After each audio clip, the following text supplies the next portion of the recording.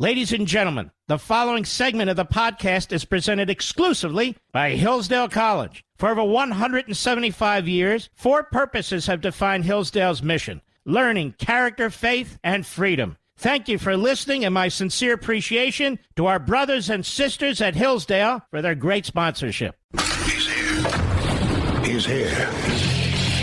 Now, broadcasting from the underground command post, deep in the bowels of a hidden bunker, somewhere under the brick and steel of a nondescript building, we've once again made contact with our leader, Mark Levin.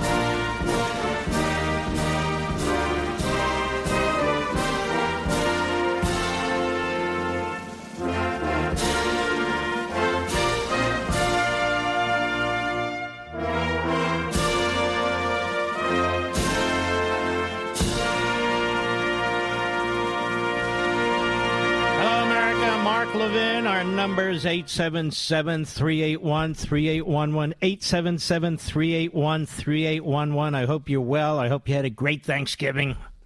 Did you miss me? I missed you. This big national family we have here. I hope you had a wonderful time. The government is repulsive. Many individuals in the government are unconscionable.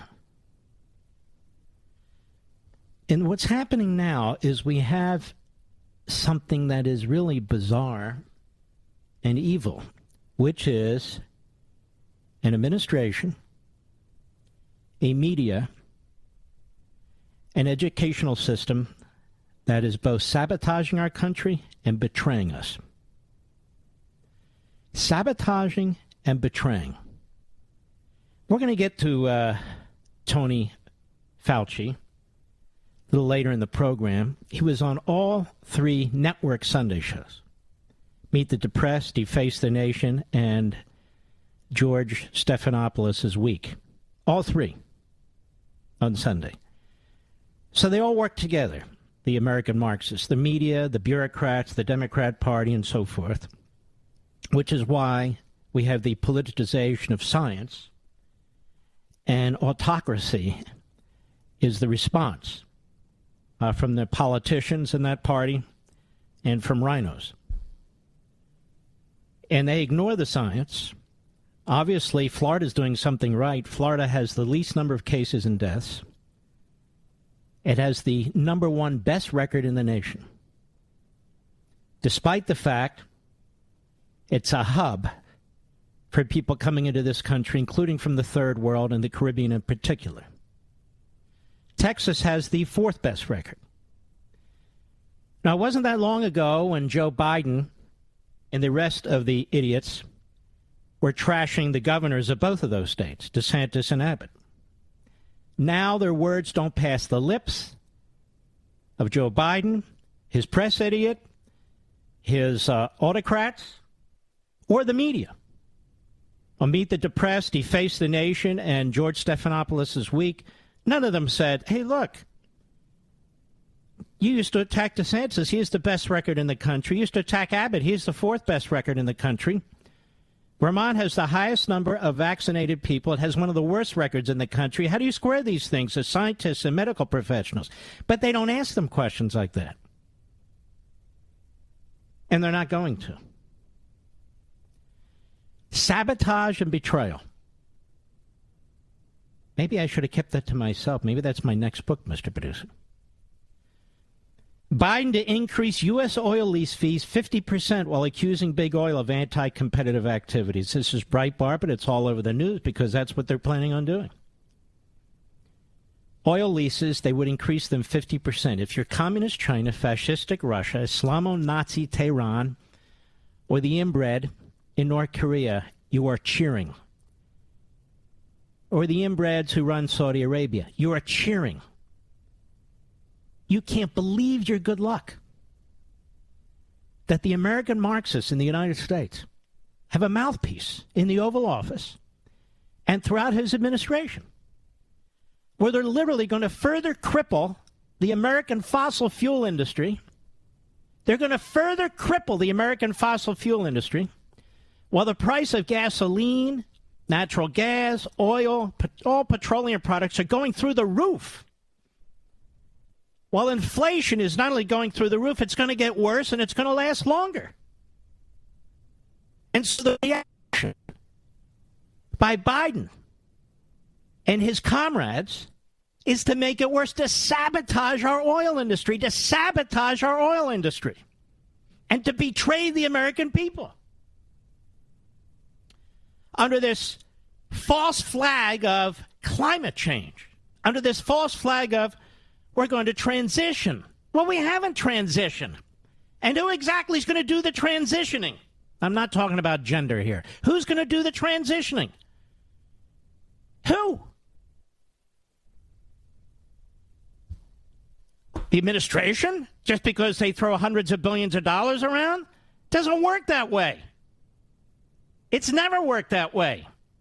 It can't work that way. There is no transitioning going on, ladies and gentlemen. Oh, there's little spurts and starts here and there.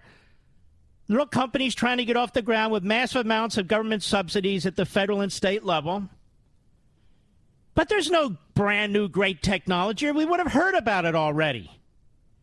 In the meantime, they're sabotaging us. The Democrat Party is sabotaging the country. And by the way, not just in this area, but that's where I'm focused right now. You would raise by 50% the fees to drill on federal lands for oil leasing? And by the way, just because you get an oil lease doesn't mean you're going to find oil. It's an extremely expensive process. So the same companies that helped develop fracking, that drove down the price of oil and oil products, that made us energy independent, patriotic companies with patriotic Americans working there, getting oil and soot under their fingernails, hard hats, working oil rigs, truckers, people who work the trains, on and on and on, blue-collar workers, providing all the energy for the elites and the white-collar workers. You're going to attack them as unpatriotic? These companies are unpatriotic. They're so unpatriotic that prior to this presidency, fuel prices were low. They were affordable. We had energy independence. We didn't have to rely on Russia and Saudi Arabia or anybody else. Now home heating oil prices are going to go up. The New England area, the Northeast, obviously parts of the Midwest and Southeast, and etc. Going to be terrible. Terrible. This is how they talk about the middle class and the poor people, how they're going to take care of them. Energy equity, environmental equity. This is what they do. They drag everybody down. This is absolutely outrageous. So the Biden administration, Biden, Harris, and the rest of them, they're going to make the price of fuel even higher. They're going to reduce the domestic supply even more. Even more. As they write at Breitbart, the Biden-Harris administration is recommending Congress hike the cost of oil leases on government lands from 12.5% to 18.75%. The 6.25% point royalty rate increase on oil companies contradicts the administration's promise to lower gasoline prices. Biden-Harris administration have asked OPEC to increase oil supplies. They asked the Federal Trade Commission to investigate oil companies for so-called anti-competitive behavior. How come nobody can investigate the Democrat Party and the federal government and the bureaucracy for anti-competitive behavior? That's what they're all about. That's what they're all about. And what's the federal government going to do with this money? Piss it away, as it always does. As it always does. An increased royalty rate would be the first rate hike since 1920. And so there's Biden bending over backwards to the degrowthers, the American Marxist movement. It's really unbelievable what's taking place in this country. Now, I want to talk briefly about climate change. I'm going to talk briefly. I try to use these occasions to go a little deeper and a little broader. And there was a magnificent piece, really great piece by Norman Rogers, and it was great because it was thorough, but it was brief, relatively speaking. Originally in the American Thinker, The Profound Junk Science of Climate, a couple of days ago. When we come back, I really want you to listen to this because everything that's being done is being done on a fantasy, on a fraud, on a theory, driving an ideology. It's the war against capitalism. It's the war against you, the working people of this nation. It's the war against private property. It's the war against home ownership, against vehicles. They want you in these tiny little compartments, using public transportation, you know, like Moscow, 1937. I'll be right back. Mark Levin.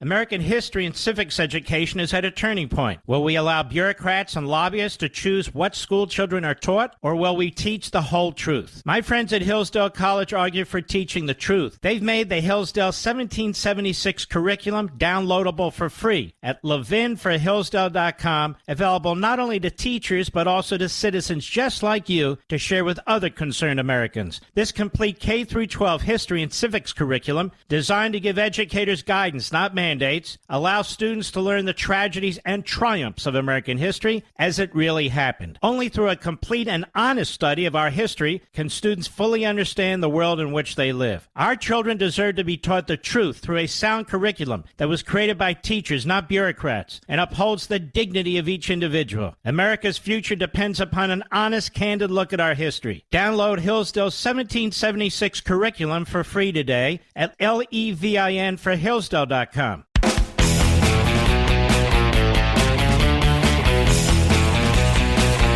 By the way, folks, speaking of books, American Marxism has sold more books than Obama's latest book. But Obama's latest book is like number 9 on the New York Times bestseller list, and mine is not on it anymore, just so you understand what's going on. My publisher informed me today that American Marxism will be in Costco another week or two. It's been there really a record amount of time. It came out on July 13th, and it's been there since. As you know, Costco doesn't have a very big table, and I want to thank them for all the support they've given to the book, but I want you to know it's not going to be there long.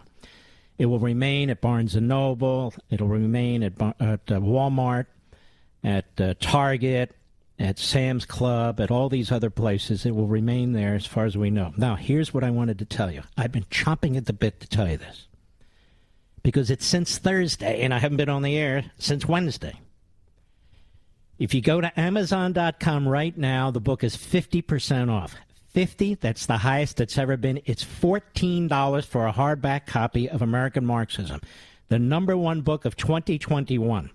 Did you know it's the number one book of 2021? Yes, because you listen to this program. You listen to any other program on radio, any program on TV, virtually any website, and you wouldn't know that. Conservative, radical kook, anything. You wouldn't know it.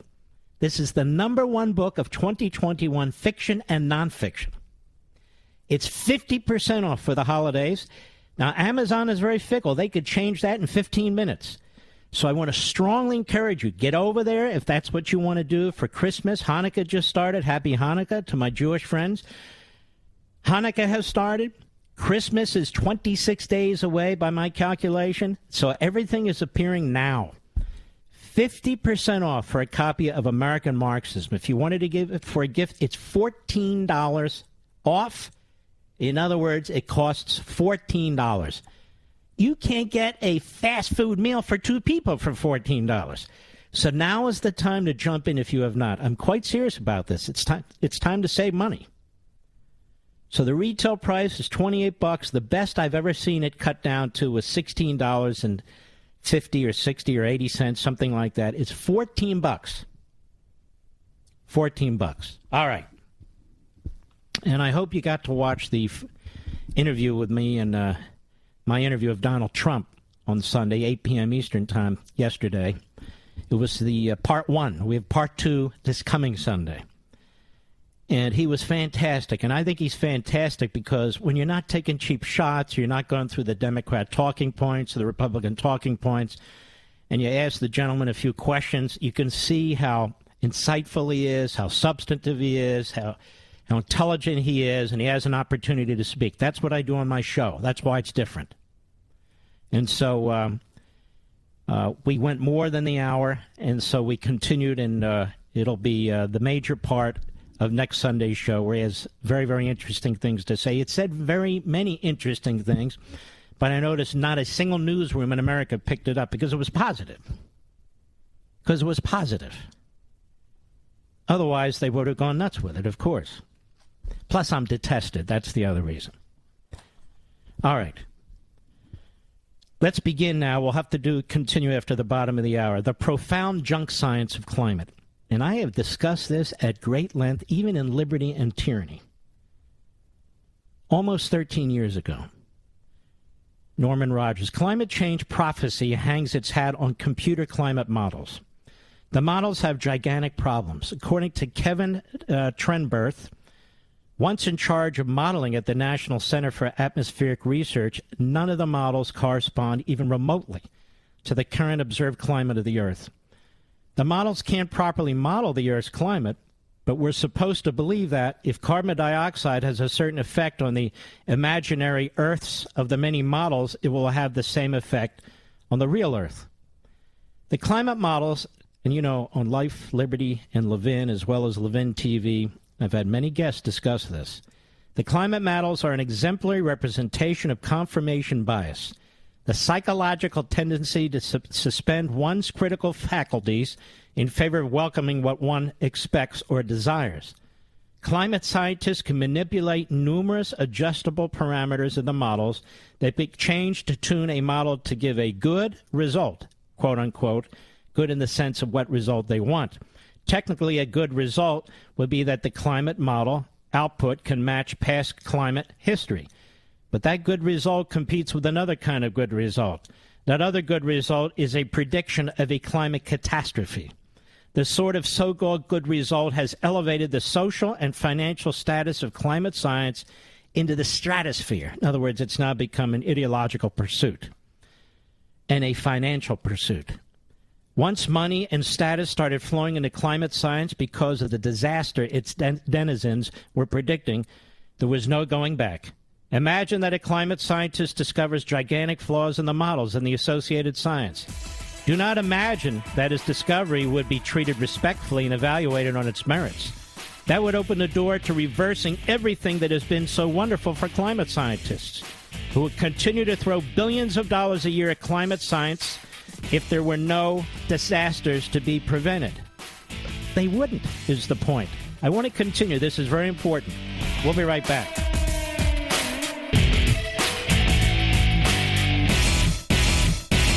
American history and civics education is at a turning point. Will we allow bureaucrats and lobbyists to choose what school children are taught, or will we teach the whole truth? My friends at Hillsdale College argue for teaching the truth. They've made the Hillsdale 1776 curriculum downloadable for free at levinforhillsdale.com, available not only to teachers but also to citizens just like you to share with other concerned Americans. This complete K-12 history and civics curriculum, designed to give educators guidance, not mandate, mandates allow students to learn the tragedies and triumphs of American history as it really happened. Only through a complete and honest study of our history can students fully understand the world in which they live. Our children deserve to be taught the truth through a sound curriculum that was created by teachers, not bureaucrats, and upholds the dignity of each individual. America's future depends upon an honest, candid look at our history. Download Hillsdale's 1776 curriculum for free today at LEVIN4Hillsdale.com. Mark Levin, tough as hell. That's why I like Mark Levin. And I'm not sure a lot of people like him. He's tough as hell. But I like him. I love him. Call in now. 877-381-3811. That's too bad. Lee Elder, who used to play golf when I used to watch it, has passed away, was 87. I don't know if he was the first African-American golfer. Probably not, but he was a great golfer, and he was a lot of fun to watch. So I'm sorry to hear that. A very decent, classy guy, too. This is when Americans tried to get along with Americans. And if some Americans weren't being treated right, tried to do something to address that. What's going on today is absolutely disgusting and evil. But let me continue where I was. See, I'm not your typical host. A typical host would have been done with this issue and moved on to 5 others by now. Tap the brakes. I want to move back to climate change. Let me say again, once money and status, American thinker, started flowing into climate science because of the disaster its denizens were predicting, there was no going back. Imagine that a climate scientist discovers gigantic flaws in the models, and some have, many have, in the associated science. Do not imagine that his discovery would be treated respectfully and evaluated on the merits. That would open the door to reversing everything that's been so wonderful for climate scientists. Who would continue to throw billions of dollars a year at climate scientists if there were no disasters to be prevented? No, the discoverer of any flaw would be demonized and attacked as a pawn of evil interests. Richard Lindzen and Roy Spencer come to mind, and there are many, many others. Even in my latest book, American Marxism, I have a chapter, as you know, on climate change fanatics. That's what I call it. Climate change fanaticism. And those gentlemen, among others, are very, very important. There are many more skeptical scientists keeping quiet in varying degrees. Testing a model against past history and assuming that it will then predict the future is a methodology that invites failure. The failure starts when the modeler adds more adjustable parameters to enhance the model. At some point, one should ask if we're fitting a model or doing simple curve fitting. If the model has denigrated into curve fitting, it very likely won't have serious predictive capability. Now, a strong indicator that climate models are well into the curve-fitting regime is the use of ensembles of models. The International Panel on Climate Change, part of the UN, the IPCC, averages together numerous models, an ensemble, in order to make a projection of the future. Ask why they did this rather than try to pick the best model. They say that the ensemble method works better. Why would averaging worse models with the best model make the average better than the best? This is contrary to common sense, but according to the mathematics of curve fitting, if different models of fitting the same multidimensional data are used, and each method is independent but imperfect, averaging together the fits will indeed give a better result. So in other words, averaging together defective models somehow makes them better. It works better because there's a mathematical artifact coming from having too many adjustable parameters that allow the model to fit nearly anything. Well, one may not be surprised that the various models disagree dramatically, one with another, about the Earth's climate, including how big the supposed global warming catastrophe will be. But no model, except perhaps one from Russia, denies the future catastrophe. And I did a show on Life, Liberty, and Levin several years ago on this, and it turns out the Russian model has been the most accurate. You know why? Because Russia doesn't fund climate change, radicalism, and extremism. It's not because their scientists are smart or smarter. It's because they don't politicize the process. There's a political reason for using ensembles in order to receive the benefits flowing from predicting a climate catastrophe, climate science must present a united front. That is, a unified front. Dissenters have to be canceled and suppressed. If the IPCC were to select the best models, dozens of other modeling groups would be left out. They would no doubt form a dissenting group questioning the authority of those that gave the crown to one particular model. With ensembles, every group gets to participate in a rewarding conspiracy against humanity. And I might add, every group gets to participate in the massive amount of money that is being spent on this. Fitting the model to climate history comes up against the fact that past climate history is poorly documented or even unknown. There are scientific groups that specialize in examining and summarizing the vast trove of past climate history.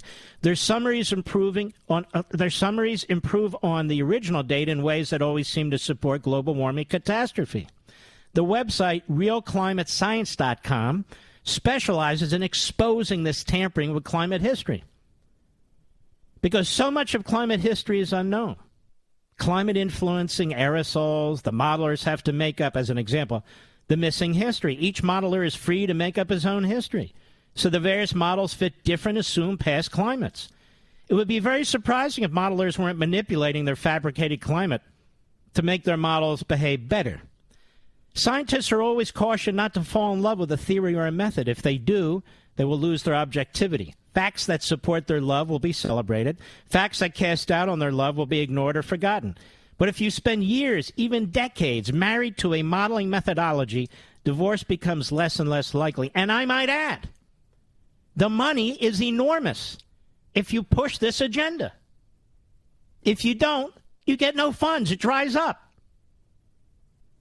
The Push Back Better, Build Back Better bill, they don't give money to any scientist or any organization that questions climate change or man-made climate change or that the world is heating and therefore we're all going to hell.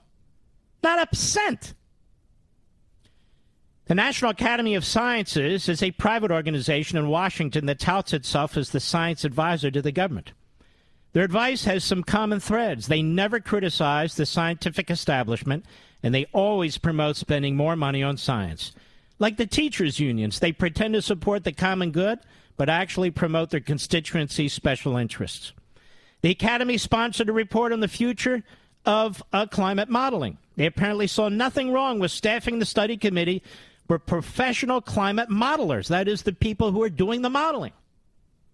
The report advocated more money for climate modelers and urged hiring professional public relations people to present their results to the public. The purported climate catastrophe ahead is 100% junk science. If the unlikely climate catastrophe actually happens, it'll be coincidental that it was predicted by climate scientists. Most of the supporting evidence is fabricated. There is no out-of-the-ordinary climate change taking place. The constant comparisons of the current climate with pre-industrial climate are nonsense, because according to climate theory and the models, the effect of CO2 was extremely minor before 1975. Since 1975, nothing points to a climate catastrophe or a new long-term trend. The fake climate catastrophe has spawned a fake energy paradigm, replacing fossil fuels with wind and solar electricity. Wind and solar are claimed to be cheaper than traditional sources of electricity, but non-fake accounting reveals that wind or solar electricity costs 5, even 10 times more than traditional electricity, exclusive, of course, of government subsidies and mandates. The reason it costs so much is that the erratic nature of wind and solar requires maintaining the traditional electricity generating system intact and ready to operate when wind and solar fail. Solar fails every night, every cloudy day, and more often in winter. Wind fails at random times or some at predictable times and often has a seasonal cycle. If the renewable energy advocates were logical, they would be advocating for nuclear. Nuclear is reliable, does not produce CO2. But they oppose nuclear too, folks.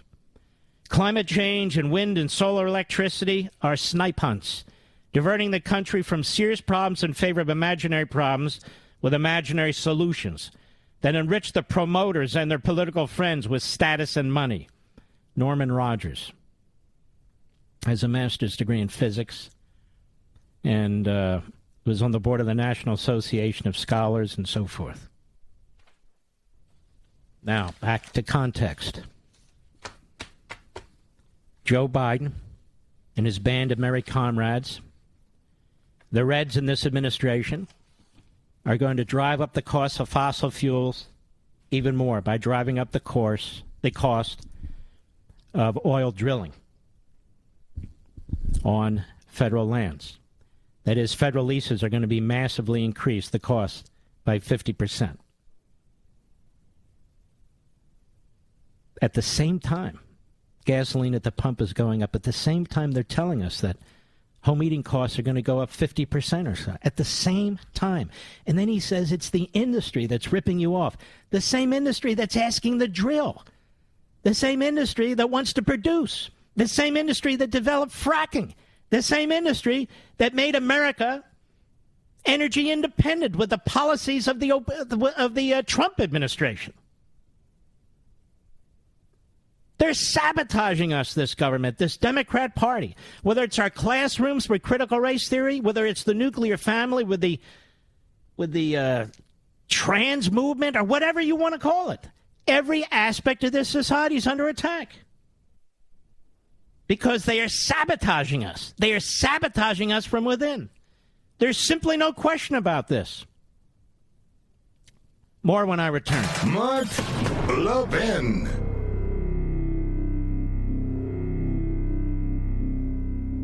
American history and civics education is at a turning point. Will we allow bureaucrats and lobbyists to choose what school children are taught, or will we teach the whole truth? My friends at Hillsdale College argue for teaching the truth. They've made the Hillsdale 1776 curriculum downloadable for free at ləʻvɪn4hillsdale.com, available not only to teachers but also to citizens just like you to share with other concerned Americans. This complete K-12 history and civics curriculum, designed to give educators guidance, not mandates, allows students to learn the tragedies and triumphs of American history as it really happened. Only through a complete and honest study of our history can students fully understand the world in which they live. Our children deserve to be taught the truth through a sound curriculum that was created by teachers, not bureaucrats, and upholds the dignity of each individual. America's future depends upon an honest, candid look at our history. Download Hillsdale's 1776 curriculum for free today at ləʻvɪn4hillsdale.com.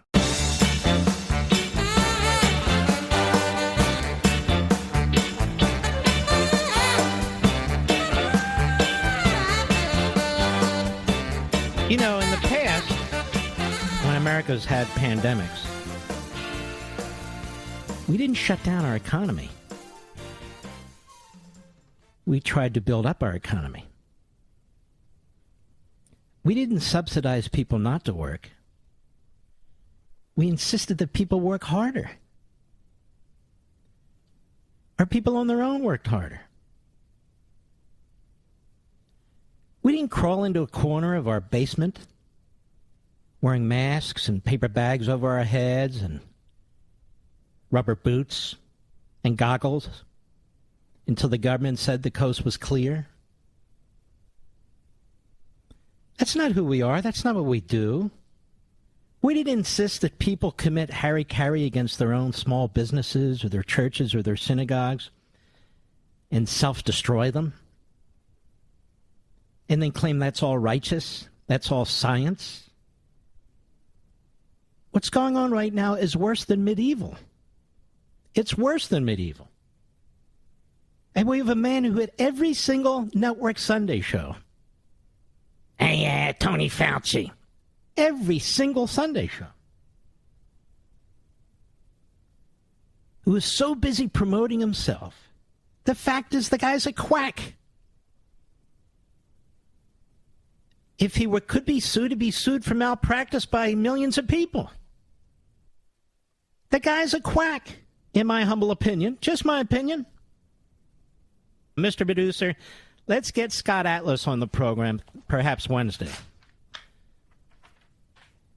He's got a new book out. I think now's the time for some sober thinking from somebody who's been a real scientist for a long time, not a bureaucrat who's managed to claw his way to the top at a young age and retain his position. I don't believe in medical fascism or scientific fascism, ladies and gentlemen. But this is apparently what we have, and a lot of it. Now, first of all, I want to remind you of the Democrats just a year ago, on the vaccine. Cut 3, go. I think it's going to be a very skeptical American public about taking the vaccine, and they should be. We can't trust the president and take his word and take a vaccine that might cause harm to us. If and when the vaccine comes, and it's not likely to go through all the tests that needs to be and the trials that are needed to be done. Let's just say there's a vaccine that is approved and even distributed before the election. Would you get it? Well, it's going to be for all of us. When we finally do, God willing, get a vaccine, who's going to take the shot? Who's going to take the shot? We will need to have access to the vaccine results so we can make our independent assessment to make sure that Donald Trump's fingerprints are not on it. You can be the first one to say, sign me up. They now say it's okay. Is the vaccine safe? Frankly, I'm not going to trust the federal government's opinion. And I wouldn't recommend to New Yorkers based on the federal government's opinion. And the question of whether it's real when it's there, that requires enormous transparency. Would you trust that vaccine? There's very little that we can trust that comes out of Donald Trump's mouth. We cannot take for granted this process will be free of political influence. I don't trust the president, and I don't trust the FDA. If Donald Trump can't give answers and the administration can't give answers to these 3 questions, the American people should not have confidence. You're going to say to the American people now, here's a vaccine, it was new, it was done quickly, but trust this federal administration and their health administration that it's safe? I will say that I would not trust Donald Trump. How confident are you in the approval process of the FDA right now? How confident am I? I'm not that confident. Yes, I would be hesitant, but I'm going to ask a lot of questions. You're going to need someone other than this FDA and this CDC saying it's safe. You got to make all of it available to other experts across the nation so they can look and see. So there's a consensus this is a safe vaccine. What I'm worried about is that there's some sort of October surprise and that there is a pressure put on the decision makers here to announce a vaccine in October of 2020. We're going to put together our own group of doctors and medical experts to review the vaccine and the efficacy and the protocol. And if they say it's safe, then I'll go to the people of New York and I will say it's safe. But if Donald Trump tells us that we should take it, I'm not taking it. We had a full-scale Democrat Party, Democrat media propaganda campaign against vaccines in order to try and take out Trump. Full scale. Full scale. And they were so loathsome as to insist time and time again with their graphics on the monitor. You know I kept pointing it out. The graphics on the monitor, the graphics on the monitor. Look what they're doing. We've never seen anything like this before where there's a pandemic and they blame a president, and that's all purposeful. And then Biden's in office and they stop. More people have died from this virus under Biden in the last year than under Trump in his last year. And Biden has 3 vaccines and therapeutics developed initially during Operation Warp Speed that obviously Trump did not have. And as I've said many times, and I'll say it again, whether here on my Sunday show, Hannity, wherever, how is it that Joe Biden's not responsible for every single death that is now occurring? More when I...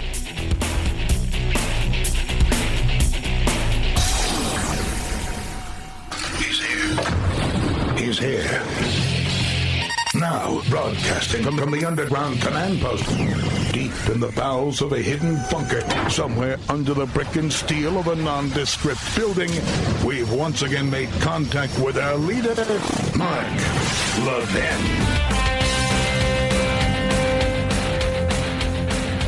Hello, America. Mark Levin here. Our number, yellow, 877-381-3811, 877-381-3811. What do climate change, quote-unquote, critical race theory, quote unquote, and COVID have in common? They're intended to freak you out. And if the American Marxist gets what he or she wants, they should freak you out. But here we are now. Omicron. Omicron? Isn't that the president of France? No, it's Macron. Omicron? Oh my God, there's Omicron! There's an Omicron variant, ladies and gentlemen. There's a Omicron variant out there. We don't know a lot about it, but we better prepare for the worst. Get your goggles, your paper bags, get your rubber boots. Get ready. Practice being in the fetal position in the corner of your basement. If you don't have a basement, use the attic. It's time to store as much toilet paper as you possibly can. What could go wrong? Toilet paper and ketchup. Meanwhile, I'm looking at this. This is from Reuters. Not particularly reputable, but nonetheless Reuters. Johannesburg, that would be South Africa. A South African doctor who was one of the first to suspect a different coronavirus strain among patients said yesterday that the symptoms are different from the dominant Delta variant and are, quote, very mild, unquote. Very mild. They're very mild. Now designated Omicron by the World Health Organization, the variant was detected and announced by South Africa's National Institute of Communicable Diseases on November 25th from samples taken from a laboratory from November 14 to November 16.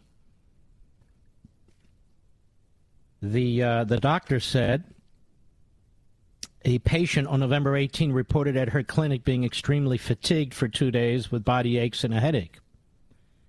Symptoms at that stage were very much related to normal viral infection, and because we haven't seen COVID-19 for the past 8 to 10 weeks, we decided to test, she said, adding that the patient and his family turned out to be positive. On the same day, more patients came in with similar symptoms, which was when she realized there was something else going on. Since then, she's seen 2 to 3 patients a day. How many patients does Dr. Fauci see, Mr. Producer? None. I don't see any. I'm too busy. I'm Mr. Science. I defend science. We've seen a lot of Delta patients during the third wave, and this doesn't fit in the clinical picture, she said, adding she alerted her association on the same day with the clinical results. Most of them are seeing very, very mild symptoms. None of them so far have admitted patients to surgeries. We've been able to treat these patients conservatively at home.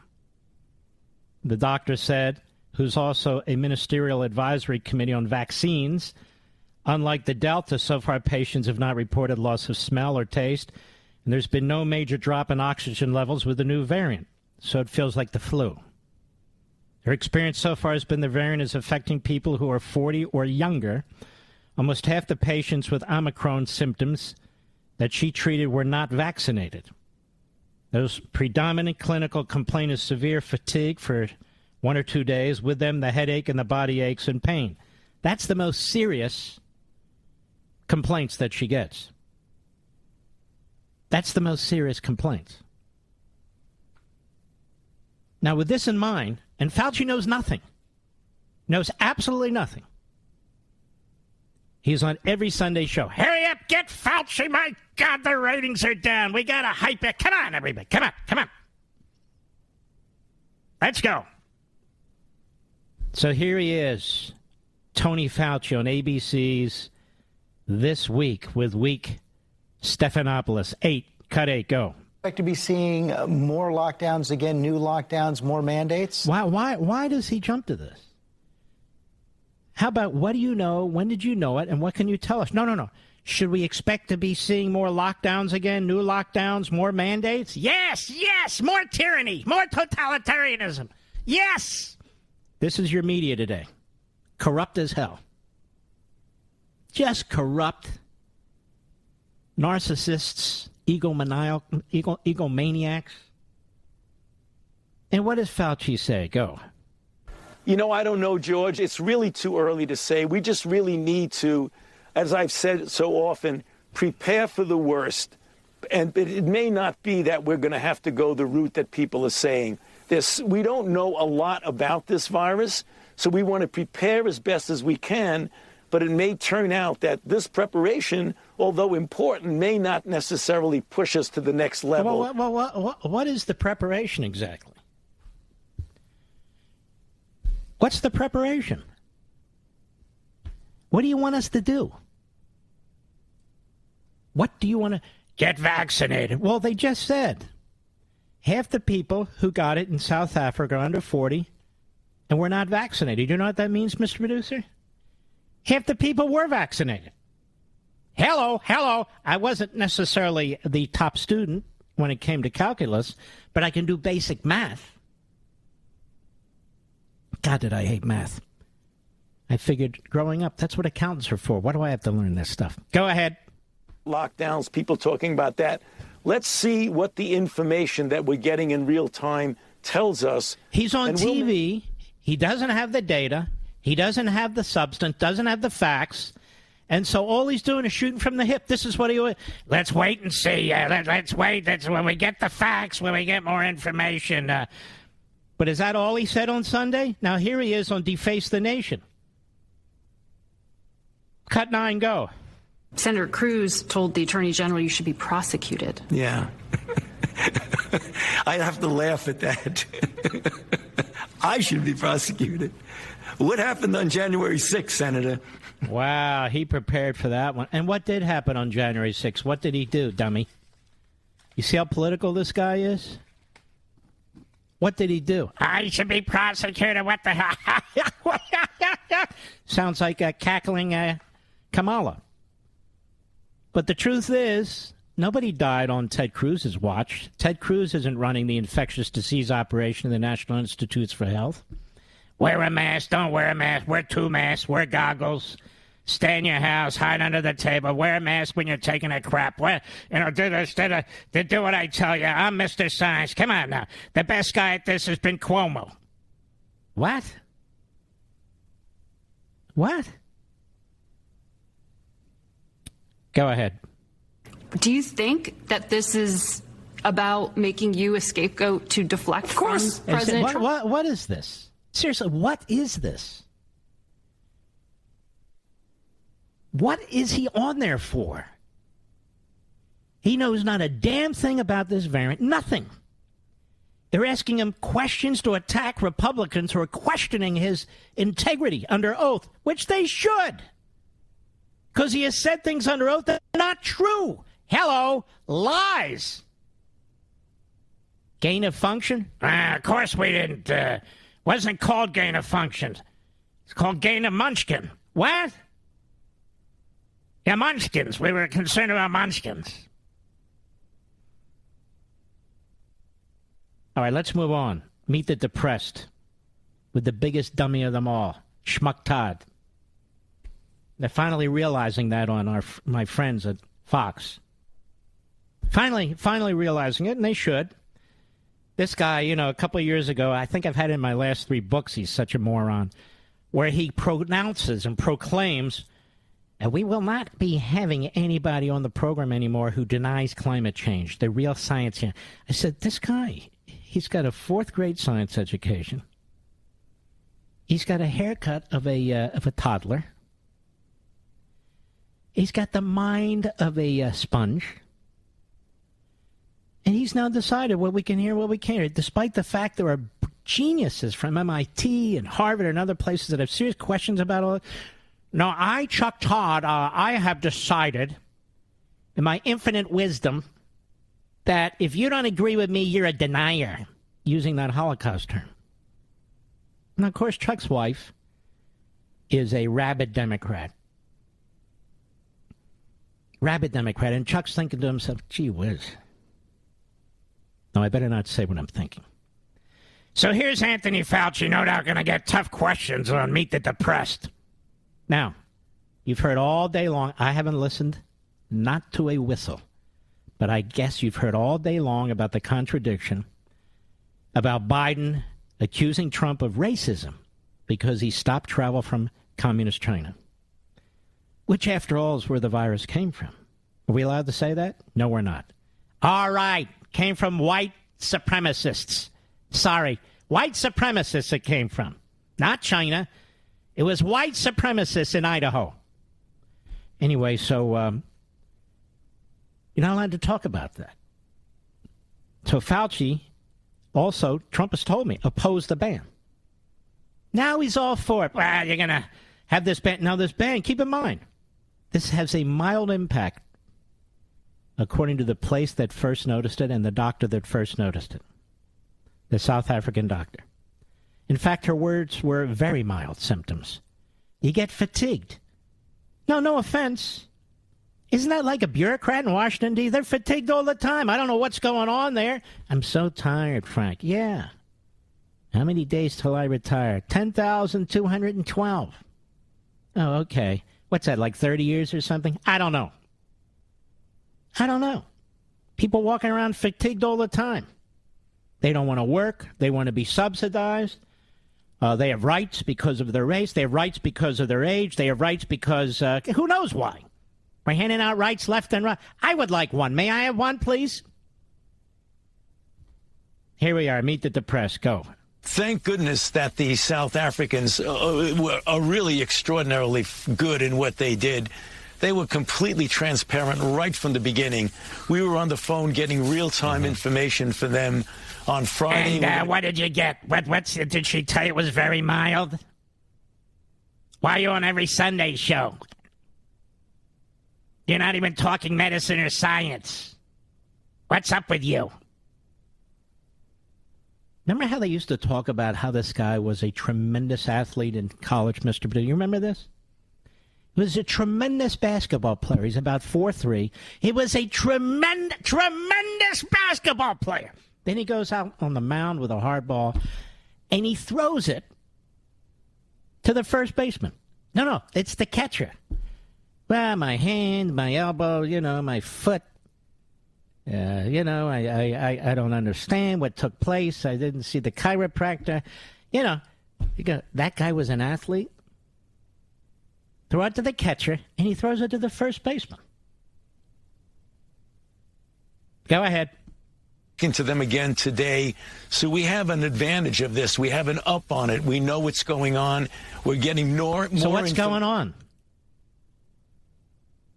Go ahead. Real time. When you diminish or stop or block travel from a particular country, there's a reason for that. It's Whoa! Really? Now there's a reason for it. When Trump did it, it was racism. Now, ladies and gentlemen, would we not be so far better off in every respect in this country if Trump were in the Oval Office and Biden were still in his basement? Tell me the truth. Tell me the truth.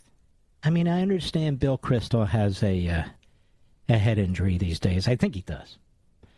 And I understand the guys who resigned from Fox right before they got kicked in the ass out the door, I'm told. I understand that they're profoundly more righteous than anybody else.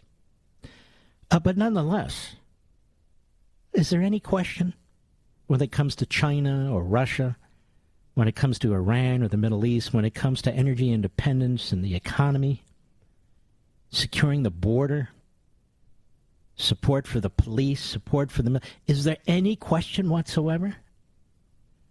Trump wasn't sabotaging the country. He loves the country. Loves it. Let's go back. Go ahead. Time to do things. So don't let this... what are you rambling on about, you buffoon? What are you rambling on about? You don't hear, Does he sound like a scientist to you? Yeah, a mad scientist. But I mean a real scientist. Does it sound like when you go to a doctor, they're going, bought us time. You might want to sit over here instead of over there. Cover your face. Keep your pants on. Don't tilt your head that way. What is this? A medieval doctor? What's next? Leeching? What's next? Seriously. When's the last time you had a patient? Never. Here you have one of the top experts and doctors in South Africa. She is patient.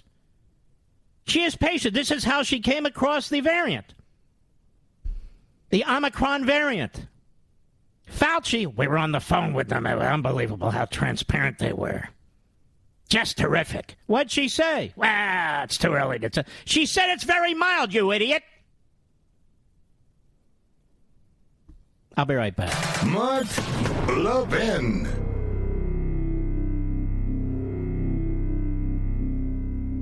Over 2,000 of you, my listeners, made the switch from overpriced wireless carriers to Pure Talk over the past few months. We want the rest of you to join us and to see what we're talking about. If you're with AT&T and Verizon or T-Mobile, your family could save over $800 a year just by switching to Pure Talk. You get great coverage, you can keep your phone and your number, and you'll save a fortune. Pure Talk is the top-rated wireless company by Consumer Affairs, with the absolute best consumer service team based right here in America. Does that sound good? Well, it gets better. Right now, get unlimited talk, text, and 6 gigs of data, just $30 a month. And if you go over on data, they don't charge you for it. They don't care.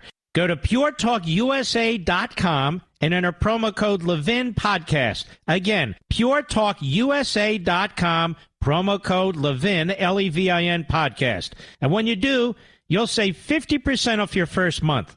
That's puretalkusa.com, promo code Levin Podcast. Pure Talk USA, simply smarter wireless.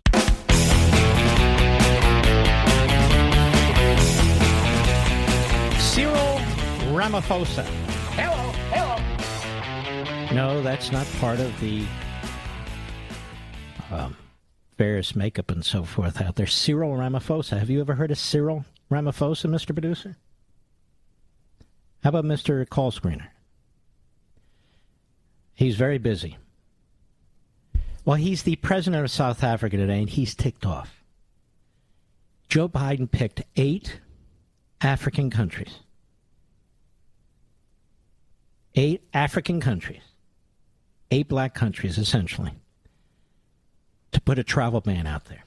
And there's no doubt, I didn't hear anything, every talk show host in America on TV and radio has pointed that out to you. Now, if Joe Biden were Donald Trump, you know that they'd be calling him a racist. And here's the thing. Joe Biden actually has a racist history. That's right. He was a segregationist. He threw in with the 2 Mississippi former plantation owners.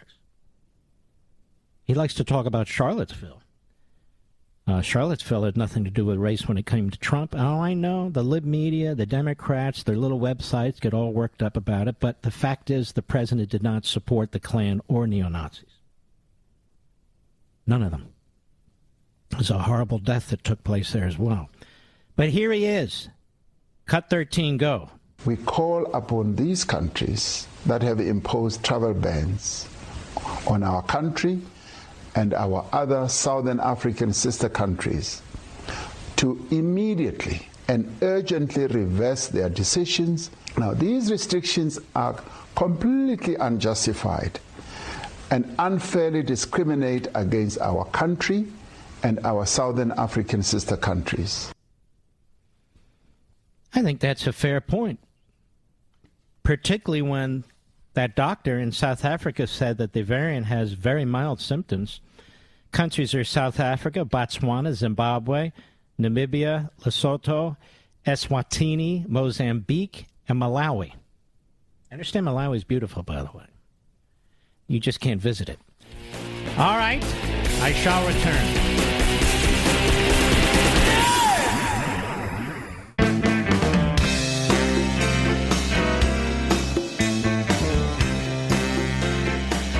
The Mark Levin Show, where we create the talking points. Call in now, 877-381-3811. You got that right.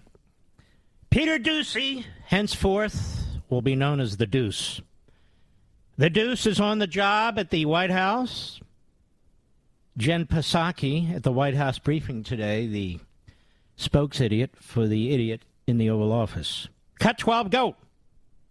Before Joe Biden was president, he said that COVID travel restrictions on foreign countries were hysterical xenophobia and fear-mongering. So what changed? Well, I would say first, to put it in full context, Peter, what the president was critical of was the way that the former president put out, I believe, a xenophobic tweet, and how he now stop. called. See how they had to sit around a table early in the morning or late last night. What are we going to do, you know? The nitwit that we work for. He's taken two sides of the same issue. What do we do? Blame Trump. Oh, yes! Got it. Blame Trump. That's why we attack Trump. Blame Trump. Go. The coronavirus and who he directed it at. The president has not been critical of travel restriction. Not who he directed it at. It's to whom he directed it. Go ahead. Those in place ourselves. We put them in place ourselves in the spring. But no, he does not believe. He believes we should follow the advice of health and medical experts. That's exactly what he did in putting in place these restrictions over the weekend. Okay, we saw the president shopping indoors on Saturday behind glass that says face covering required, but his face was uncovered. Why?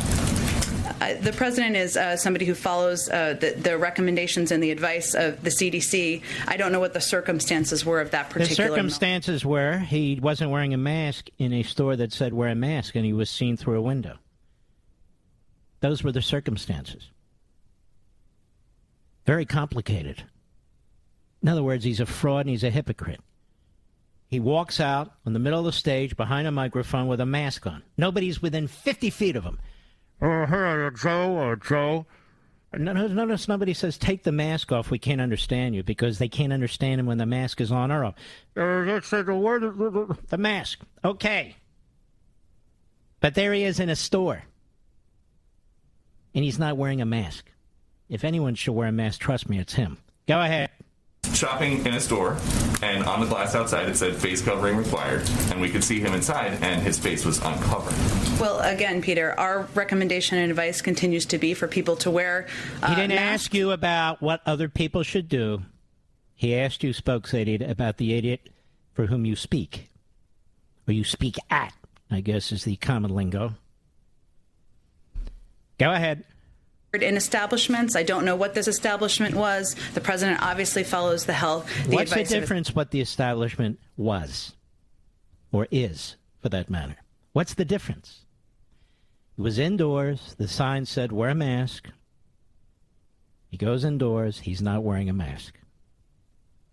We're not talking about Ernie Grabotsky.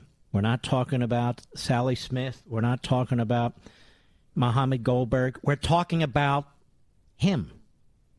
Joseph Robinette Biden. Lunch Bucket Joe. Go ahead. Is there concern that when the president says today, please wear your mask indoors in public settings around other people, and he doesn't do that, that it's going to make it harder to get people to follow him? No, of course not. You don't understand the circumstances, Deuce. Nope. The circumstances. You don't understand the circumstances. Follow the CDC guidelines. Go ahead. And people and all of you see the president wearing a mask every time he comes out to an event, when he's sitting in meetings, and certainly he will continue to model behavior he hopes the American people will follow, not for his benefit, but to save their own lives and the lives of their friends and neighbors. Well, let me say this about Joe Biden trying to save our lives. This is a great man, Joe Biden, trying to save our lives. I don't know how he got out of the Vietnam draft. Maybe he's pigeon-footed or something. I don't know. Nobody ever wants to talk about that. It's always Trump, Trump this and Trump. Yeah, we only wish Trump were there. Oh, but the tweets, the Trump tweets, oh my. Yeah, right, okay. You didn't get an answer, did you? Because Joe is a liar. He's always been a liar. He's a pathological liar. So she is too. It projects on the entire staff and the entire government. They lie about everything. You got people coming across the border, left and right and left. But there's so many we can't keep count. The border's closed. It's secure. Oh, I'm sorry. I didn't notice that. We have inflation raging months ago. And it's temporary. Then it's It's for your betterment. It just shows they one of their clowns, but it just shows the economy's back. Don't sweat it. Now inflation's through the roof. Oil companies, get the oil companies. What are you talking about? Oh, the truth shall set you free. Then we had trillions. We're going to spend trillions and trillions. Like drunken Marxists. And you know what? It won't add 1 penny to the debt. Oh, not 1 penny. Not a penny. No way. What with all the pay-fors? Don't you love the way they talk? All the pay-fors. Pavers, no pay-fors. Pavers, no pay-fors. All the pay-fors we have. Oh, yeah. We're going to have all kinds of taxes on American business. And if they say they can't compete, they're liars. Go get them, get them, get them. Oh, okay. The pay-fors. I don't know what a pay-for is, but it's a pay-for. And it's going to be everybody who took Economics 101 and even left the course halfway in the semester. Freshmen. High schoolers are saying, no, this isn't adding up. Joe Biden up. And then all of them repeated. That's right. 0. Yeah, 0, 0, 0. You even have clowns of the New York Times on MSLSD or the Constipated News saying, oh, I understand it's going to be, pay for. A pay for. What's a pay for? A pay for? No, a pay for. Oh, a pay for. I see. And so the truth is a lie, and the lie is the truth when it comes to these frauds. Another reporter dared to inquire. Cut 11, go. The president insisted that the travel ban on South Africa doesn't punish them and neighboring countries, but South Africa's leaders say it does. How long does the White House envision that travel ban staying in place? We will continue to assess it. I would say that the objective here is not to punish. It is to protect the American people. From what? How come when the objective was to protect the American people from the Wuhan China virus, you couldn't say Wuhan, you couldn't say China, you couldn't even say virus. It's COVID-19. Excuse me? COVID-19. COVID-19. What are you, white supremacist? It's COVID-19. COVID-19. Yes, COVID-19. Well, what does that mean? It doesn't matter. It's COVID-19. Okay, COVID-19. Trump says, all right, we're going to stop it at the source. We're not going to... You racist. You white supremacist. You obviously hate Chinese and Asians, and they used it all in their campaign ads. It's like when he was trying to secure the country from certain terrorist states that were majority Muslim, but the vast majority of the Muslim population in the world was unaffected by it. It didn't matter. You're anti-Muslim. Oh, look at that. He's a racist. Not only that, he's an anti-Semite. Oh, yes, he's an... More progress made with Israel, more progress made. He's got kids who are Jewish. He's got grandkids, but he's the anti-Semite, not Biden. And by the way, I'm going to spend a good amount of time on it. If I don't get to it today, I will get to it tomorrow. What's going on with Iran in this administration? Unbelievable. Unfriggin' believable. We want to protect the American people. That's why we're helping the Iranians have nuclear warheads, so they can hit our largest cities. Yes. We believe in equity. What are you, a white supremacist? Well, yeah, you don't think the Iranians in Tehran, you don't think that regime should have nuclear weapons? We believe in equity. Yes, we do. All right, go ahead. And say, this is not going to... Shut up, you idiot. Good Lord. Is she not an idiot? No, she's an idiot. I mean, I've got stuff here. This guy, Ben Cardin from Maryland. Congratulations, Maryland. You've elected one of the stupidest clowns in Maryland to the Senate. Now, there's a lot of stupid clowns in Maryland. You have all these radical Dems. Why would Ben Cardin, of all people, wants to accelerate getting off fossil fuels? I hope you people in Maryland understand what that means every time you fill up your car. That you have a nitwit as a senator. You have two nitwits as a senator, but we've come to expect that out of Maryland. Look at your governor. Larry Hogan, I liked his father, Congressman Hogan. Congressman Hogan was a stand-up tough guy. Look at Larry. Larry. Look at Larry. Larry wants to take on Trump for the president. In other words, Larry wants to draw attention to himself. Like Chris Christie and Kasich. The three of them. The Three Stooges. We got Three Stooges everywhere. All right, I'll be right back. Mark Levin.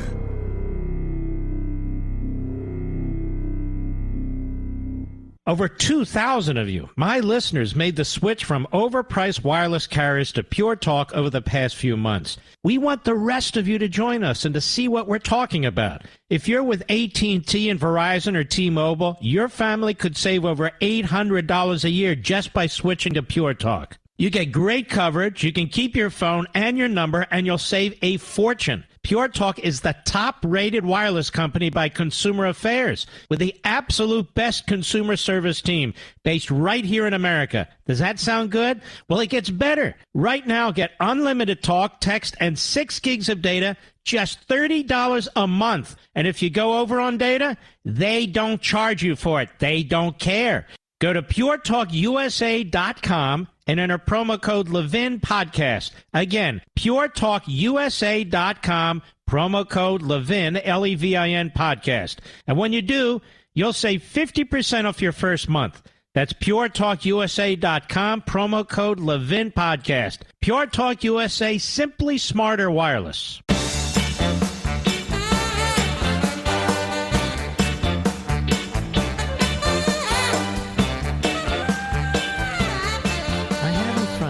From Just the News, COVID survivors with natural immunity at low risk for reinfection or severe symptoms, study says. Will this be on Twitter? Oh, they have a new head of Twitter, by the way. A more radical American Marxist than the guy who's stepping down. So the tyranny and the autocratic rules that Twitter has been spreading will only get worse. Why don't you do what I did and resign from Twitter? Join me at Getter or Parler, and resign from Facebook. Reinfections had 90% lower odds of resulting in hospitalization or death. Where did this come from? Some kook? Berenson? Who did it come from? The New England Journal of Medicine study found. The New England Journal of Medicine? You heard me right. Patients who survive COVID-19 have such strong natural immunity that their chance of reinfection or serious side effects is minimal, according to a new study published in the New England Journal of Medicine. And that tracks with a massive study that was done by the state of Israel. Now, what studies has Dr. Fauci conducted? Well, listen, none. There's nothing on their damn website about natural immunity. How many times have I told you over the course of months I've looked? Nothing. The study conducted, except the head of the CDC. Well, they put out fake information, fake data about natural immunity that our friend Professor Ken Gore ripped to shreds in the American Spectator. The study conducted by researchers in Qatar reviewed global databases for 353,000 coronavirus patients who were infected between February 28, 2020 and April 28, 2021. They excluded about 87,500 people who were vaccinated and found of the remaining population only 1,304 got reinfected, with none, yellow, zero, requiring ICU hospitalization. I believe that's what's taking place in Florida right now. The governor focused heavily on senior citizens for the vaccines. They made the vaccines available, but even more than the vaccines, the therapeutics. Because he said, we can treat this. And once people actually get it, the science shows that they're in a far stronger position than people who get the vaccine. I'm just telling you what the science actually is, ladies and gentlemen. Not what Fauci says. Excuse me. This is the New England Journal of Medicine. Quote, reinfections had 90% lower odds of resulting in hospitalization or death than primary infections, the researchers said. Reinfections were rare, were generally mild, perhaps because of the primed immune system after primary infection. Of course that's why. It's called herd immunity. None of us ever heard of herd immunity before until real scientists at Stanford and Yale and Oxford, Rockefeller College, real scientists started to come out and say, wait a minute, what about herd immunity? Never heard of herd immunity from Fauci? Goes on, the study. Accordingly, for a person who has already had a primary infection, the risk of having a severe reinfection is only approximately 1% of the risk of a previously uninfected person having a severe primary infection. Now, the researchers said it still needs to be determined whether such protection against severe disease at reinfection lasts for a longer period. So they don't know how long it lasts. But they know it's a stronger immunity, if you will, than from a vaccine. But such a finding could be significant, the researchers suggested, because it could mean COVID-19 could eventually adopt a more benign pattern of infection when it becomes endemic. And you know what the answer for Fauci was? No, we have the variants like the Macron variant. It's not the Macron variant, dummy. It's the Omicron variant, which has, quote, very mild, unquote, symptoms, says the doctor who discovered it. Very mild symptoms. So, folks, don't run to the store and buy a bunch of toilet paper. You're going to be just fine. Instead, you want a protection, go to Barnes & Noble and buy American Marxism. How about that? And they had it 50% off this weekend. Ladies and gentlemen, this final hour of the podcast is sponsored exclusively by AMAC, the Association of Mature American Citizens. Now over 2 million conservative members strong, AMAC believes in and stands up for the values that we care about: faith, family, and freedom. Thank you for listening, and please support AMAC. And you can become a member at amac.us/join. He's here. He's here. Now, broadcasting from the underground command post, deep in the bowels of a hidden bunker, somewhere under the brick and steel of a nondescript building, we've once again made contact with our leader, Mark Levin.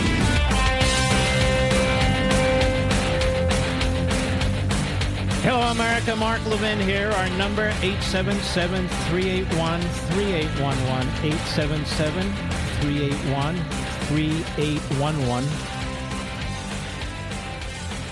For decades, I think even as a young kid,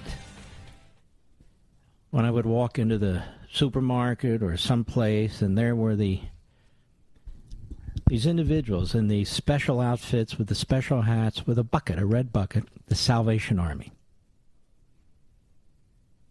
A Protestant Christian organization doing great works, and I figured they're among the least controversial of the organizations out there. I've never heard anything negative or political from them.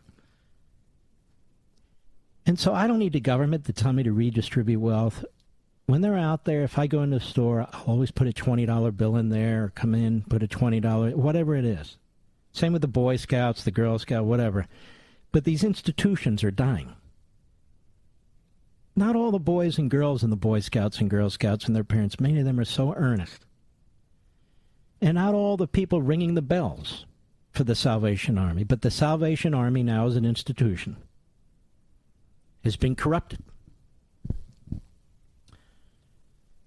Great site trending politics, but this is really everywhere. Eric Thompson. Salvation Army wants white donors to offer a sincere apology for systemic racism. What was founded in 1865 in London, England, is both a Protestant Christian church and an international charitable organization. The Salvation Army has now embraced critical race theory. Its first red kettle was set up in Oakland, California in 1861. Imagine setting it up in Oakland, California today. Would they live? And since then, millions of people have dropped coins and bills into their kettles while a smiling person repeating Merry Christmas rings a handbell perpetually. But this group, like many others who have drifted away from the sole purpose of advancing the gospel, is now embracing racist ideology peddled by anti-white activists, including Ibram Kendi. The organization is embracing the ideas of Black Lives Matter, an activist group, not just an activist group, a Marxist group. deemed as domestic terrorists by some who are working to dismantle white privilege, quote unquote, and, quote, disrupt the Western prescribed nuclear family structure, unquote. As I keep saying, and in American Marxism, this whole trans movement, it's not about individuals, it's a movement, is aimed at destroying the nuclear family, among other movements. The Salvation Army's leadership team just created a, quote, International Social Justice Commission, unquote, which has developed and released a resource to educate its white donors, volunteers, and employees called Let's Talk About Racism. It asserts Christianity is institutionally racist, calling for white Christians to repent and offer, quote, a sincere apology, unquote, to blacks for being antagonistic to black people or the culture, values, and interests of the black community. Again, dehumanization of the individual, ladies and gentlemen. We're not all human beings wanting the same things, deserving respect. So, no. We're communities. Quote, many have come to believe that we live in a post-racial society, but racism is very real for our brothers and sisters who are refused jobs and housing. If you're refused a job or housing because of your race, you have a tremendous federal civil rights lawsuit. And you can make millions if you can make your case. Denied basic rights and brutalized and oppressed simply because of the color of their skin, one lesson explains. There's an urgent need for Christians to evaluate racist attitudes and practices in light of our faith and to live faithfully in today's world. Now, in an accompanying study guide on racism, it's called Study Guide on Racism, Salvation Army authors explain all whites are racist, even if they don't realize it. Quote, Sunday school curriculum that only uses white photography and imagery is an example given that perpetuates injustice. It says we must stop denying the existence of individual and systemic institutional racism. They exist and are still at work to keep white Americans in power, the lesson says. Well, I'm done with the Salvation Army. I posted that fact about 72 hours ago. They will not receive a penny from me ever again, and that's too bad because I'm sure they did some charitable good works, and they've since put out another statement that's actually pretty weird, that they're going to assess the situation. I don't need you to assess this situation. If you support critical race theory, you support racism and Marxism, not Christianity, not faith, not morality. How many moral Marxists are there actually? Just think about the genocide. Think about the poverty. North Korea, the little inbred, has sentenced to death by firing squad an individual who dared to buy some kind of game and apparently sold it or shared it with little school children. Not little school children, I guess they're in their upper teens. They've been sentenced, most of them, to 10 years hard labor for daring to play the game, and he's been sentenced to death. Maybe the Salvation Army really ought to learn about what it's pushing here. If there are people out there, folks, and I mean this in all seriousness, if there are people out there who do not understand what's going on, do not understand this threat, it is beyond my expectations that Amazon would slice the price of American Marxism by half, from $28 retail to $14 on sale right now. And I want to thank Barnes & Noble, which did the same thing.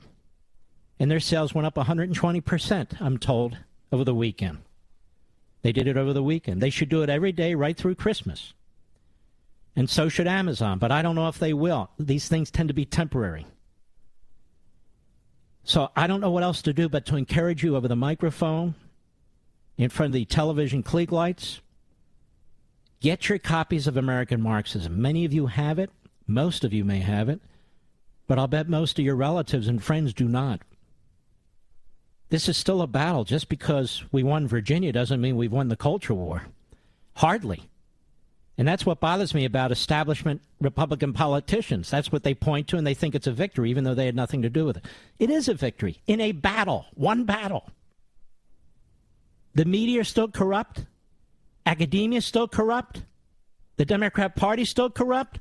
They're still pushing this poison, this trash, this racism, this Marxism in classrooms across the country. They're still doing it. They're still doing it. Breitbart, read this piece. Armed agents in Texas school district arrest concerned parents in their homes. They went to the homes of two of them, one of whom is a vet. Claimed they were a threat. They're not a threat, and they arrested them in their homes. How about this one from the Post-Millennial website? California's new educational guidelines say math is racist. Math is racist. Just because the teachers can't teach it in schools that are filled with crime and so forth doesn't mean math is racist. How is math racist anymore? How is a pencil racist? How is a car racist? Math is a subject. So in California, new educational guidelines say math is racist. Armed agents in Texas school district arrested concerned parents in their own homes. We're at war. This is a culture war, as well as a political war. They're tied at the hip, but you can't fight one without fighting the other. Virginia didn't end this war. Virginia was one battle. One battle. Like the Civil War, World War II, or World War I, what have you. Except we're not violent. The other side is violent. Except we don't use the state. They use the state. They use the long arm. We don't. And the iron fist. But we need more and more people who are aware of this. And there's no better time than now. If Amazon, who's no friend of ours, gave $100 million for the Obama, whatever the hell it is. If Amazon's going to cut the price by 50%, and it's their cost that they're slashing into, shouldn't we take advantage of it? Shouldn't we clower it and pivot them? They're not going to expect it. If you folks pour into Amazon tonight and order American Marxism at 50% off, it's a loss leader for them. Good. We spread the word, plus it's a loss leader for them. If you don't want to read it, you can get the audio version. If you don't like a hardcover in your hands like I do, you can obviously get the ebook, whatever it is. We have it on every platform.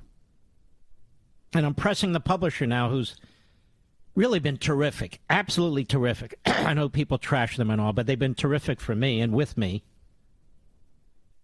Very team-oriented.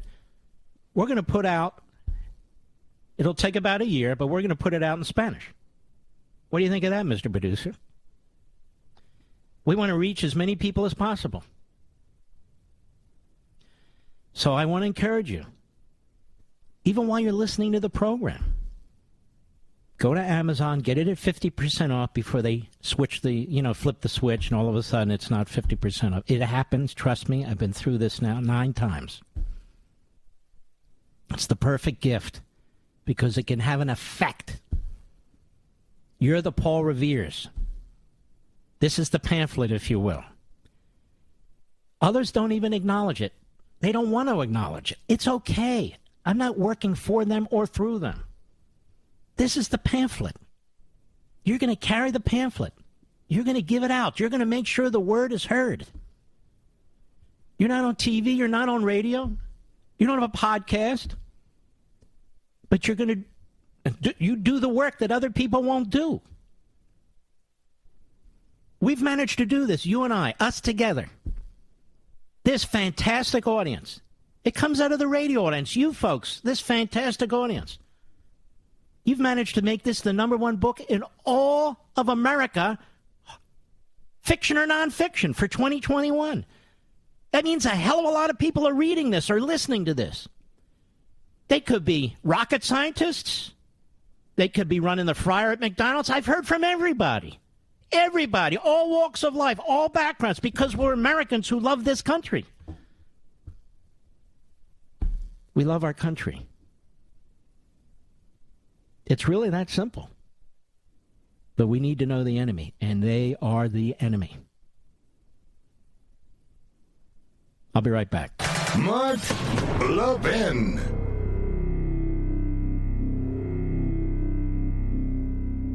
AMAC, the Association of Mature American Citizens, is one of the fastest growing organizations in America. Now over 2 million conservative members strong, and I'm one of them. AMAC believes in and stands up for the values that we constitutional conservatives care about. More than talk, AMAC fights. A full-time presence in Washington, AMAC pushes back against reckless spending, disasters like Medicare for All, and the expanding reach of the federal government. And beyond advocacy, joining AMAC gives you access to a wealth of benefits and discounts, including special member-only rates on car insurance, travel discounts, cell phone plans, and a hell of a lot more. And if that's not enough, you'll get AMAC's bi-monthly magazine, full of insightful articles on issues that matter to most of us, we conservatives. As I said, I'm an AMAC member, and you should be too. Join today at amac.us. That's AMAC.us.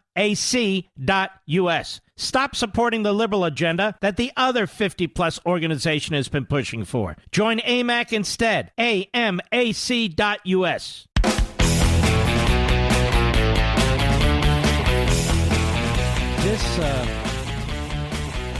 This Build Back Better bill, Triple B, has nothing to do with building back or better, that's for sure. That's absolutely what it is. It should be the MM bill, more Marxism. You know, people keep finding things in this bill that are a disaster. Over at Red... Well, before we go to what I want to talk about here, our buddy Chip Roy has called in. He sent me a text. I told him to call in. Wonderful congressman from Texas. Chip, how are you, my friend? I'm doing great, Mark. How are you? I hope you had a blessed Thanksgiving. I did. I hope you did, too. Now, explain that you text me about two things that drew my immediate attention. Tell America what's going on. Yeah, well, this week we've got two big bills that are going to be coming up. The National Defense Authorization Act, which, of course, is important for funding and authorizing our defense. But in it is a new provision that we've never had before, a provision that would add women to the draft. The second thing that's up is the continuing resolution. All right, let's slow down on that one. Government. Hold on, let's do that one first. Okay. Add women to the draft. You know, Chip, I'm older than you, and I remember when actually we would have a national discussion about these things before people could slip this crap into these bills. Now, who put it in the bill? Do we know? And did any Republicans vote for it? Well, this is the exact point, right? The National Defense Authorization Act, the NDAA, passed out of the House of Representatives with two-thirds mark of Republicans voting for it, with a provision in it that included drafting women, also a provision that had red flag laws in it to go after guns of our service members, as well as all sorts of garbage for climate, training and diversity stuff. But importantly, drafting our daughters for the first time in history. And so a lot of us have raised that issue. It's gone over to the Senate, and they're about to vote on it. They voted on cloture tonight. Now, good news, they actually denied cloture. Mitch McConnell and the Senate Republicans denied cloture tonight. So I think there's a debate on other amendments to the bill. So I'm trying to elevate, and I wrote a letter to Mitch McConnell and to Kevin McCarthy saying the official position of Republicans should be that under no circumstances should we vote for the National Defense Authorization Act if it continues to include this provision to draft women, or doesn't at least get rid of the draft. My first position is just don't draft women. But if you're going to do that, then just abolish the draft. So I think Republicans should take that position. I think it's a clarifying position. Getting any Senate Republicans taking a lead on this? Well, I think there's a few who understand how it's important. None of them, I think, have taken a position and put a letter out. But I do know that tonight, at least, for some reason, McConnell slowed it down. So our job is to force this question, and we still can. America needs to wake up. I think people are like, oh, well, it's fine. Women have served honorably. Who is the ranking Republican on the Armed Services Senate side? Do you know? Oh, my gosh. Is it Inhofe still? I don't know. Jim Inhofe certainly is a key player in this, and he should fight it. And it's Mike Rogers from Alabama in the House, and he's been terrible. He's been arm-twisting, encouraging Republicans to vote for it, even though he says, oh, don't worry. We'll get rid of it in the future. Mike Rogers? You know how rich we would be? Hold on now. Mike Rogers is... Chip, I got a couple of questions. Mike Rogers is from Alabama? Yes, sir. I never heard of him before. Yeah, he's the ranking member of Armed Services in the House, and he's arm-twisting people to support it, saying he'll kick them off committee if they don't support this miserable bill. They allow the radical left to add these things to these crucial bills. Yep. So Republicans are afraid to vote against them. They'll be said to be against defense. Why? Is it because they're inarticulate? They don't know how to explain? what the problem is here? You're able to explain it. Right, and no person would absolutely believe that any Republican say, "Oh yeah, I'm against defense." Are you out of your mind? Of course, I'm for defense. I want a strong defense, used sparingly, but I don't want to have my 10-year-old daughter have to register for selective service in 8 years, so some incompetent rube like Biden can do what they just did in Afghanistan, or have my daughter sitting in a damn foxhole because these, incompetent losers want to allow our daughters to be drafted. It seems to me way too many people have bought into this idea that there's no difference between a boy and a girl, a man and a woman, that sexes aren't binary, and this is more of that crap, and it's going to weaken our military. If women want to join and so forth, that's one thing, but to draft women into the... I think my audience is going to be shocked by this, so just sit still a second, Chip. All right, Levinites, we need a surge. I'm sorry it's in the third hour. I'm sorry it's late like this. We need a surge. I want everybody to call McConnell's office, Mr. Producer. Let's get his number in Washington. Yep. Make sure it's not the number, of the steak sandwich place down the street. Make sure it's his actual number. When we return after the break, I will give you that number, folks. We need a surge that, unfortunately, either the Senate takes this out of the bill or kills the bill, and they start it over again. I want you to hang on, Chip. You had another issue, too. But I'm quite serious about this. They don't get to just slip this and I don't know who the hell Mike Rogers is. You want to call Mike Rogers? Call in now. Be happy to debate you on this. We'll be right back.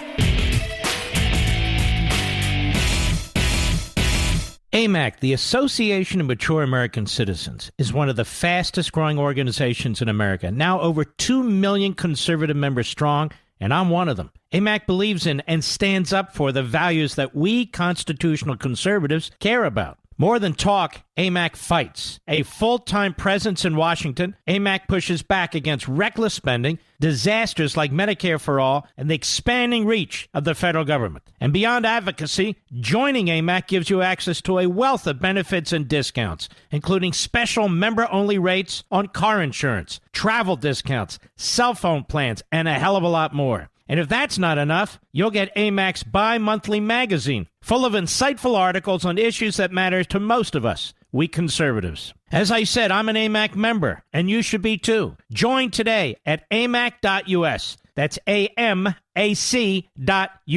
Stop supporting the liberal agenda that the other 50-plus organization has been pushing for. Join AMAC instead. AMAC.us.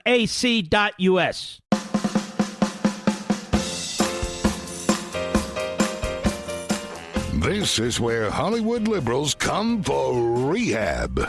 The Mark Levin Show is back at 877-381-3811. We are in an official Levin surge, which we do rarely. But I think this is very important. Apparently some guy named Mike Rogers, the ranking Republican on the Armed Services or the equivalent committee in the House, strong-armed, among others, in the leadership to vote for this. For this bill that includes, to me, poison pills, including adding women to the draft. Now, by women, we mean young women. Your daughter. So you mothers and fathers out there, you rose up before, we need you to rise up again. The Republican Party is adopting an American Marxist ideology in this. No, we don't need to draft women. It hasn't come to that. Now, if you're female and you're serving in the military, I want to thank you. You did so voluntarily. That's not what I'm talking about. So I want to strongly encourage you to contact Mitch McConnell's office and be civil. Civil. That number is 202-224-2541. 202-224-2541. I would ask that you overwhelm, in terms of the calls that are made, as many as possible. If it's busy, call again. Call tomorrow. And the message is simple. Do not pass the National Defense Authorization Act as long as it includes women in the draft. Period. Anybody who votes for that, we will vote against. That's the National Defense Authorization Act. Unfortunately, the Democrats and the rhinos have hijacked it, and we're not going to allow them to use it to destroy our families and destroy our way of life. I don't care what the left thinks. This isn't about equality or equity when it comes to fighting wars. It's about winning wars, and it's about protecting certain people in our society. That's the way I view it. Maybe I'm old-fashioned, but old-fashioned goes back thousands of years. So, respectfully say, I expect and insist that the Republicans in the Senate oppose the National Defense Authorization Act as long as it includes a provision to add women in the draft. And those women would include my daughter, you can say, or my granddaughter. It's not tolerable, folks. And now that we know about it, thanks to Chip, unfortunately, it's the 11th hour, but we have to move quickly. It's not that hard to make a phone call. 202-224-2541. If it's busy, call into the night. Call in the morning, leave a voicemail.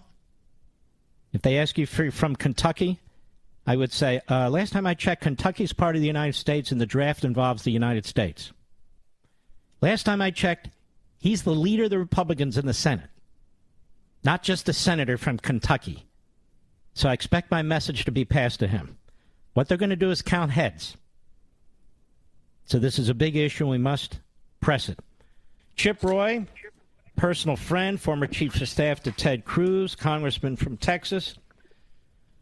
So, Chip Roy, there's another issue. Tell us about that. There is, Mark. Yeah, thanks. And the issue we just talked about, obviously, is personal to all of us. I have a daughter, all of us who care about it. But we also care about these absurd vaccine mandates. And so the next issue that is a live grenade this week, while we wait on the courts to try to step in and block the unconstitutional, unlawful, or foolhardy mandates that the Biden administration are putting in place that are killing jobs, forcing defense people to decide whether they're going to have to leave in order to protect their own health. Republicans should not vote for a continuing resolution or any other funding mechanism this week when the funding for the government expires on December 3rd. No Republican, House or Senate, should vote to fund that as long as these mandates are in place. Now, there might be other reasons to oppose funding government, and I reserve the right to vote no for other reasons, but no Republican, not one, Senate or House, should do that. And guess what? In the Senate, as you know, and as your listeners, because they're smart, know, it takes 60 to get the funding mechanism through. So if 41 Republican senators say, you know what, we're not going to fund government as long as these Dr. Fauci-inspired, unlawful, unconstitutional, tyrannical mandates are in place, we're not going to fund government. That's the bare minimum we should expect out of Republicans heading into the 2022 cycle. So that's the two fights this week. Stop the NDAA from drafting our daughters and stop funding government that's going to fund tyranny. Why do we fund tyranny? I want my audience to know and to underscore a point. The reason Biden has tried to use OSHA to impose this mandate on the American people is because they're looking for anything to hang their hat on, and that's not going to work. There is no constitutional or legal authority for this. So what Chip is saying is, are we actually going to have Republicans voting to give the executive branch authority to do this? Right. Again, because they stuff it into a spending bill that they will make legal what today is illegal? That's the question. And apparently a lot of them are going to do that, Chip Roy. And why would we fund government? Because even if the courts do the right thing, and I think they probably will here because it's so obviously unconstitutional, the OSHA rule, but they still, technically they have the power, not putting aside First Amendment religious liberty protections, they have the power to tell defense employees or Border Patrol or DEA employees that they have to do it. But what do you tell the father in my district, Mark, a constituent, who came to me basically in tears because his son, about whom he's proud, who has served for 13 years in the Army and believes that taking the shot risks a heart condition for him, and they're telling him he's going to have to be discharged? That is unconscionable. It's wrong. And so we should not fund a government that's doing this. And by the way, we're funding it while DOD is still pumping out all this stupid climate garbage and all this diversity stuff. But we're really going to fund a government to go after and tell the American people they have to get a vaccine mandate, let me do it this whether way, they're a federal employee or a worker. Any funding in here to continue the wall building? No, of course not. They're not. Basically, none of our priorities are in this bill. That's right. Just the Republicans are scared there might be a temporary shutdown. Correct. And here's the thing. They run away from it. Even though, by the way, when we did that in the 95 effort, we actually did well in 96 because the people saw us fighting. And so we should stand up and fight now. Ronald Reagan shut down the government. He shut it down several times to get what he wanted to get, and he won by 2 massive landslides last time I checked. And you're exactly right. Remember Ted Cruz? Remember Ted Cruz led that filibuster, and the next election we picked up seats. And I worked for Ted Cruz then, and every one of these establishment idiots who want to sell us down the river now are the ones opposing us. So look, Donald Trump was popular and is popular today because he fought this town. He fought the establishment. He didn't accept the status quo. He took it to him, and that's what the American people want. They want us to fight. Be amazing if Republicans participate in this, but I don't trust them. I don't trust, particularly in the Senate. I don't trust them. I don't either. And I want them to stand up for the right reasons and to message it and explain to the American people that we should not accept the tyranny. Why do we fund tyranny? It's not just the vaccine mandates. It's teaching our kids that America's evil. It's teaching her. It's funding, a Department of Homeland Security that won't actually secure the border. Why do we fund IRS agents to go after people? Yeah, 100%. I would vote no on everything. That's just me. Everything. Yes, sir. Chip Roy, thank you, my friend. Keep up the fight. And when it gets closer to election, I want to have you back because we need to help you. Well, let's come on anytime. God bless you. God bless your beautiful family. All right, you too, brother. Take care of yourself. It's unbelievable, isn't it, folks? Yes, it is. And he shouldn't be among a few who bring these issues up, The Freedom Caucus is a great organization. It's a great organization. They need to get in front of this. This guy, Jim Banks, who runs the Republican Study Committee, at least he did, they need to get in front of this too. Our usual favorites, Jim Jordan and others, we need to hear from them on this. There's times, if the leadership supports this sort of things, there's times when you just have to break from it. Nothing personal, you just have to break from it. So, the conservatives in the House and in the Senate need to start standing up to this stuff. I'll be right back. Mark Levin.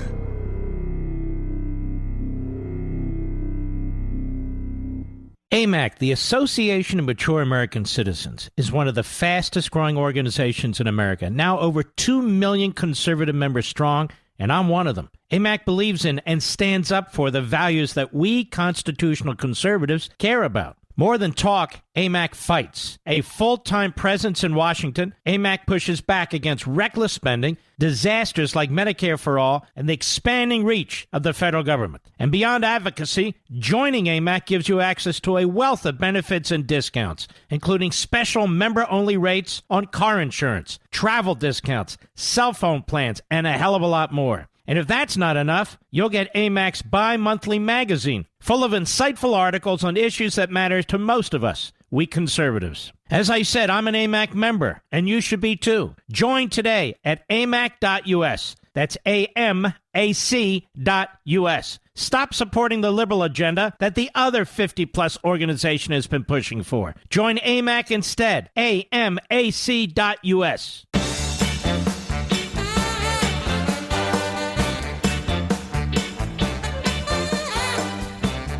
See, here's the truth, folks. We come to this battle with one arm tied behind our backs. Because the institution of the Republican Party is not what it was when Abraham Lincoln was president, or Ulysses S. Grant was president, or even when Ronald Reagan was president, that recently. It's not what it was. So we come to this battle with one arm tied behind our back, where the others have their fangs out, fire coming out of their nose. I'm talking about the Democrats and their leadership. 24/7, this American Marxism movement is on. But we have Republicans leading committees, like this guy Mike Rogers. Don't worry about the draft language of women in the bill. Are you kidding me? Are you kidding me? Republicans don't want to shut down the government, whatever that means, which is really nothing. So they'll vote to give Biden the power to mandate, which, whatever you think about vaccines, the Constitution does not authorize the executive branch or any branch of the federal government to do that. That's a police power that belongs to the states and always has. We are destroying this society by allowing these American Marxists to do what they're doing. This is why I say Virginia was one battle. New Jersey was one battle. Can't say yay. And the Republicans in Washington, from the head of the RNC, I heard her the other day, and others, basically trying to take credit. We're a team. We're more coordinated. It had nothing to do with this. You folks are the problem. You're the problem. And we have had to fight these people left and right. Whether it was Boehner, Paul Ryan, we've had to fight these people. And through the whole time, there's Mitch McConnell, the one common thread. The one common thread. Then we have these never-Trumpers who leaked to the New York Times when they claimed to resign from Fox. What is that crap? When I resigned from the National Review, I didn't run to the New York Times and say, hey, look at me, I'm resigning from the National Review. Nobody even cares who those two guys are, quite frankly. They don't see what's swirling around in this country. They think the danger's Donald Trump. This is how unhinged and obsessed they are. Just a sober look at what Trump did as president of the United States. Oh, they'll keep pointing to January 6th. Trump didn't do January 6th.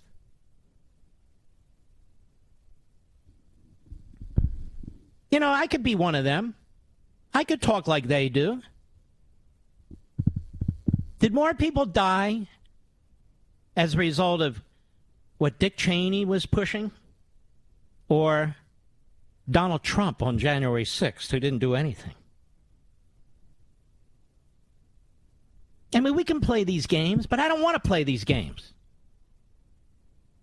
I don't want to. By the way, the newly elected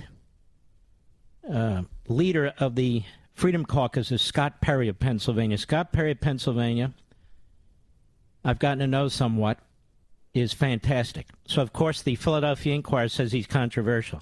Controversial is the Philadelphia Inquirer. You folks, most of you, obviously, are not from Philadelphia. It's a big country. But those of us who are from Philly, those of you who live in Philly, you know how rotten to the core the Philadelphia Inquirer is. Even their sports page sucks. Their sports section. Even their obituaries suck. You think the New York Times is radical? It is. You think the Washington Post is radical? It is. You think the LA Times is? It is. But nothing. The Boston Globe compares to the Philadelphia Inquirer. What a crap newspaper that is. I remember when we had the Philadelphia Bulletin. That was a real newspaper. I remember Washington when we had the Washington Star. That was a real newspaper. At least in New York, they have the New York Post. Quite frankly. I assume the Boston Herald's still around. Don't hear much from it. It would be nice if the Senate Republicans had a freedom agenda. What is the freedom agenda? I'm not aware of any.